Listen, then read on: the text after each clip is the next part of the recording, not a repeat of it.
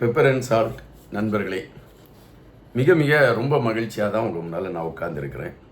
காரணம் என்னென்னா, நம்ம ஒவ்வொரு தேடலாக இருக்கணும். இப்போ பார்த்தீங்கன்னா, இதுக்கு முன்னால் நம்ம பேசும் பொழுது சுத்தமான தமிழில் பேசுவோம். அதற்குன்னு ஒரு பெரிய ஒரு எதிர்பார்ப்பு இருந்துச்சு. நிறைய தோழர்கள் எனக்கு இந்த குறுஞ்செய்தி அனுப்பியிருந்தாங்க. அதில் குறிப்பிட்டிருந்தாங்க, நீங்கள் முன்ன போல் பேசுங்க, அந்த தமிழ் நல்ல தமிழ் அப்படின்னு சொன்னாங்க. அதை நாம் கண்டிப்பாக கடைபிடிக்க தான் செய்யணும். பட் ஆனால் இன்றைய சமுதாயத்திற்கு நாம் சில விஷயங்களை கொண்டு சொல்லணும். நம்மளுடைய பேச்சு வழக்கு தமிழில் பேசினால் அது சிறப்பாக இருக்கும் அப்படிங்கிறதும் பலர் எனக்கு கொடுத்திருக்கக்கூடிய ஒரு அழுத்தமும் அதன் அடிப்படையில் தான் இப்போ அது சார்ந்து பணியிலே நான் பேசிகிட்டு இருக்கேன். உங்களுக்கு பிடித்திருந்தால் அது சார்ந்த கருத்துக்களுக்கு நீங்கள் ஒரு வாழ்த்தை சொல்லுங்கள், இல்லை மாற்ற வேண்டும் என்றால் நம்ம மாற்றிக்கலாம். இப்போ பார்த்தீங்கன்னா, நம்ம போர் சார்ந்த செய்திகளை நீங்கள் நிறைய கேட்டுகிட்டே இருப்பீங்க. கண்டிப்பாக எல்லோருக்குமே அது ஒரு பெரிய எதிர்பார்ப்பாக இருக்கும். ஏன்னா ஒவ்வொரு நாளும் ஒவ்வொரு விலைவாசி ஏற்றத்தை நோக்கி நகர்ந்துகிட்டு இருக்கு. இப்போ பார்த்தீங்கன்னா, தமிழகத்தை பார்த்தீங்கன்னா கமர்ஷியல் கேஸ் அப்படிம்பாங்க, அதாவது வர்த்தகத்திற்காக பயன்படுகின்ற எரிவாயு. இந்த வர்த்தகத்துக்காக பயன்படுகின்ற எரிவாயு இப்பொழுது முதல்ல சிலிண்டர் 1600 ரூபாய்க்கு விற்று கொண்டு இருந்தாங்க. இப்போ பார்த்தீங்கன்னா 7000 ரூபாய்க்கு அதை கொண்டு சென்றுட்டாங்க. அப்போனா அந்த எரிவாயு 7000 ரூபாய் கிடைக்குன்னா அந்த மற்ற பொருட்கள் எல்லாமே விலைவாசியை நோக்கி நகர்ந்துடும். அப்படின்னா கண்டிப்பாக நம்ம எல்லாருமே போர் என்னென்ன தாக்கத்தை ஏற்படுத்துது அப்படின்னு புரிஞ்சிருப்போம். எனவே போர் சார்ந்த ஒரு தேடலோடு நம்மளுடைய பயணங்கள் இருக்கும் என்பது எனக்கு தெரியும். இப்போ பார்த்தீங்கன்னா, பாகிஸ்தானுக்கு சவுதி அரேபியா ஒரு அழுத்தத்தை கொடுத்துருக்காங்க. அவங்க என்ன அழுத்தத்தை கொடுக்குறாங்கன்னா, பாகிஸ்தானுக்கு சவுதி அரேபியா, பாகிஸ்தானுக்கும் சவுதி அரேபியாவுக்கும் ஒரு ஒப்பந்தம் 2025 போடுறாங்க. ஒரு பாதுகாப்பான ஒரு ஒப்பந்தம். அந்த ஒப்பந்தத்தின் அடிப்படையில் அவங்க பேசி இருக்கக்கூடிய செய்தி என்னன்னு பார்த்தீங்கன்னா, சவுதி அரேபியா ஏதாவது ஒரு போர்க்களத்துக்குள்ளே செல்லுதுன்னா அதுக்கு கண்டிப்பாக பாகிஸ்தான் சப்போர்ட் பண்ணணும் அப்படிங்கிறது தான் அந்த ஒப்பந்தத்தோட சாராம்சம். எனவே அதன் அடிப்படையில் சவுதி அரேபியா இப்பொழுது பாகிஸ்தானுக்கு அழுத்தம் கொடுக்கிறது.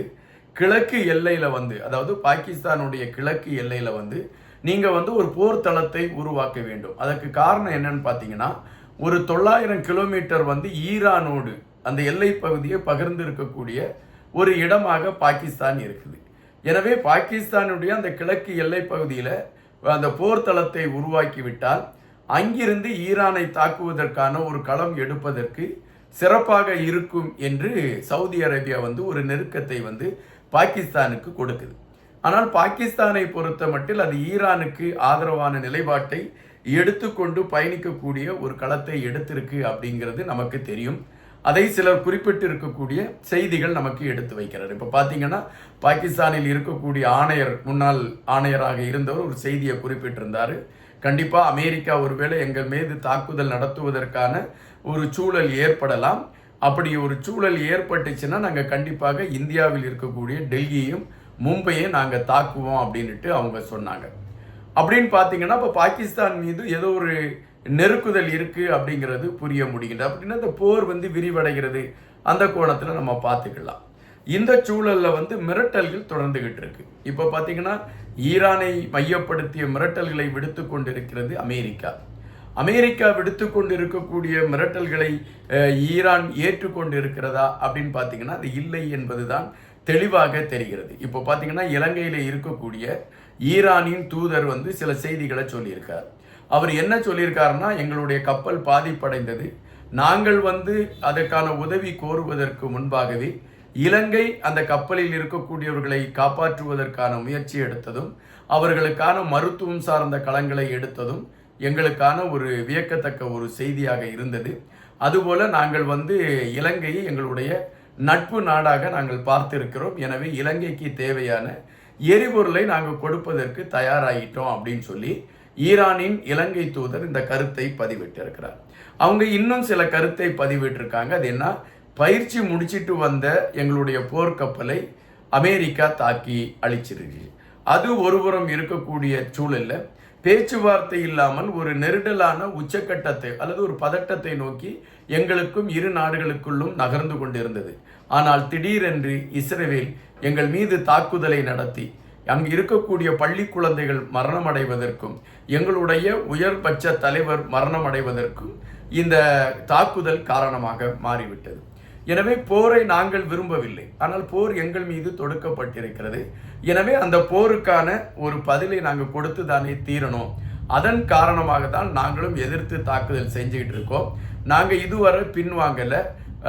அமெரிக்காவையும் இஸ்ரேலையும் ஓட விடக்கூடிய தைரியம் எங்கள்கிட்ட இருக்கு. நாங்கள் தொடர்ந்து எங்களுடைய தாக்குதலை நடத்திக்கிட்டு தான் இருப்போம். நாங்கள் பின்வாங்க போறதில்லை. ஆனால் எங்களை பொறுத்த மட்டும் நாங்கள் போர் நடக்கணும்னுட்டு நாங்கள் நினைக்கல அப்படின்னுட்டு ஈரான் சொல்லியிருக்கு. ஆனால் இங்கு அமெரிக்கா தொடர் மிரட்டலை கொடுத்துக்கிட்டு இருக்காங்க ஈரான் மீது. அமெரிக்கா என்ன கொடுத்துட்டு இருக்காங்கன்னா, இந்த ஹர்மோஸ் நீரணையை மையப்படுத்திய பிரச்சனை தான் பெரும் பிரச்சனையா இருக்கு. காரணம், அந்த நீரணை இப்பொழுது ஈரான் கையில் இருக்கக்கூடிய காரணத்தினால எரிபொருள் எரிவாயுகள் பல நாடுகளுக்கு கிடைக்கக்கூடிய விடயத்தில் பெருஞ்சிக்கல் ஏற்பட்டிருக்கு.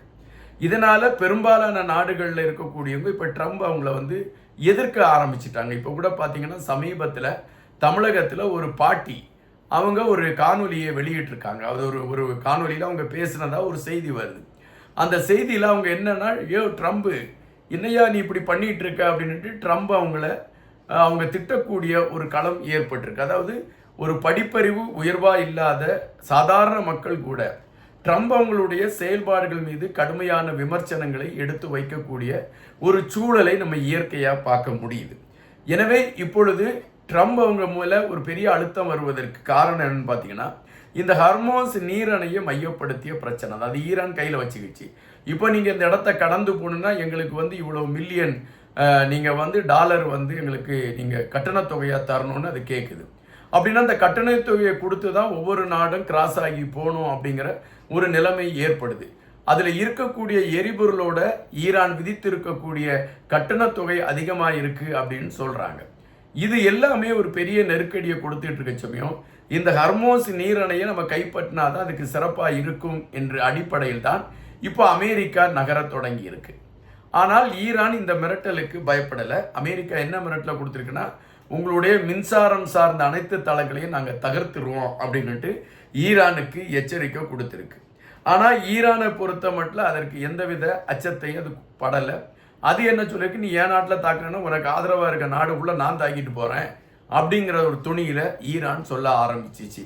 அப்படின்னா இந்த களமே இப்பொழுது ஒரு பதட்டத்தை உருவாக்கக்கூடிய களமாக இருக்குது அப்படிங்கிற ஒரு செய்தி இருக்கிறது. இந்த நேரத்தில் அறியாத இன்னொரு செய்தி இருக்கிறது. அது என்னன்னு பார்த்தீங்கன்னா, சத்தம் இல்லாமல் அமெரிக்கா தன்னுடைய காலாட்படைகளை ஈரானுக்குள் செல்வதற்கான ஒரு களத்தை இருக்கு. அதை ஈரானின் தெற்கு பகுதி வழியாக உள்ளே நுழைவதற்கான ஒரு களத்தை எடுத்து அந்த தெற்கு பகுதியில் இருக்கக்கூடிய மக்கள் ஆட்சியாளர்கள் மீது மிகப்பெரிய வெறுப்பில் இருக்கக்கூடிய காரணத்தினால அவங்கள தூண்டிவிட்டு ஒரு பிரச்சனையை கிரியேட் பண்ணி அதன் அடிப்படையில் ஈரானுக்குள்ள ஒரு குழப்பத்தை உருவாக்கி நம்ம ஆட்சியை கையகப்படுத்திக்கலாம் அப்படிங்கிற ஒரு திட்டமிடுதலோடு அந்த தெற்கு பகுதி வழியாக 5000த்திற்கு மேற்பட்ட காலாள்படை வீரர்களை உள்ளே கொண்டு போறதற்கான களத்தை இப்போது அமெரிக்கா எடுத்துக்கிட்டு இருக்கு அப்படிங்கிற செய்தி இருக்கு. இந்த செய்தி ஈரானுக்கு தெரிஞ்சிருக்கு. எனவே ஈரான் என்ன சொல்லுது, நீங்க யாரை வேணாலும் எப்படி வேணாலும் உள்ள அனுப்புங்க, ஆனால் அதை பற்றி எங்களுக்கு கவலை இல்லை. அவர்கள் யாரையுமே நாங்கள் உயிரோடு திரும்ப அனுப்ப மாட்டோம். எங்களை நீங்கள் விளையாட்டாக நினச்சிக்கிட்டு இருக்கீங்க, ஆனால் நாங்கள் எல்லளவும் பின்வாங்க போவதில்லை. எங்களுடைய தாக்குதல்கள் தொடர்ந்து இருந்து கொண்டு தான் இருக்கும் என்று சொல்கிறாங்க. இந்த சூழலில் ஈரானின் தெஹ்ரான் பகுதியில் குண்டு வெடிப்பு சத்தம் கேட்டுக்கிட்டே இருக்கு அப்படின்ட்டு செய்தி நிறுவனங்கள் இப்பொழுது செய்திகளை வெளியிட்டு இருக்காங்க. அவங்கள்ட்ட நம்ம கேட்டால் என்ன நடந்துகிட்டு இருக்கு அப்படின்னு கேட்டால், ஒட்டுமொத்தமாக ஈரான் சம்பித்து போக வேண்டும் அப்படிங்கிற ஒரு களத்தோட இஸ்ரேல் கடுமையான தாக்குதலை ஈரான் மேலே எடுத்துக்கிட்டு இருக்கு.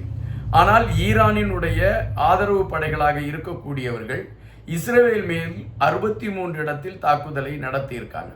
எனவே இந்த போர் என்பது மிக இலகுவாக முடிந்துவிடும் என்று கணக்கிட முடியல. இந்த தாக்குதல் தொடர்ந்து கொண்டுதான் இருக்கிறது என்று அழுத்தமாகவே பதிவிட்டுக்கிட்டு இருக்காங்க. இந்த சூழல்ல தான் இப்பொழுது இரு நாடுகள் மிரட்டலை விட தொடங்கி இருக்கிறது. இந்த மிரட்டல் இன்னும் பல அச்சங்களை உருவாக்கும் என்று குறிப்பிடுகின்றார்கள். குறிப்பாக உலகம் முழுவதும் இணையதளம் ஒன்றுமில்லாமல் போய்விடும், அதை செயல்படாது அப்படிங்கிற ஒரு செய்தியும் எடுத்து வைக்கிறாங்க.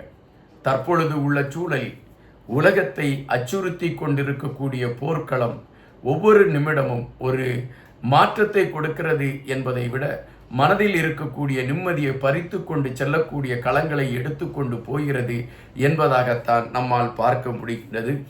மரண ஓலங்கள் இரு நாடுகளிலும் கேட்டுக்கொண்டே இருக்கின்றன. சிறுவர் முதல் வயதானவர்கள் வரை இந்த குண்டு வெடிப்புகளில் மரணத்தை தழுவிக்கொண்டிருக்கக்கூடிய அந்த விடயங்கள் கேட்டுக்கொண்டு இருக்கிறது.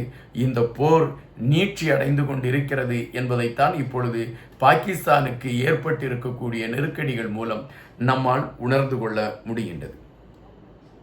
நீங்கள் அனைவருமே பல நல்ல செய்திகளை எதிர்பார்த்து காத்திருப்பீர்கள். பல செய்திகள் உங்களுக்கு தெரிந்திருக்கும். என்றாலும் எங்களுடைய வலையொலியில் நாங்கள் பல செய்திகளை தேடி எடுத்து உங்களுக்கு தந்துட்டு இருக்கோம்.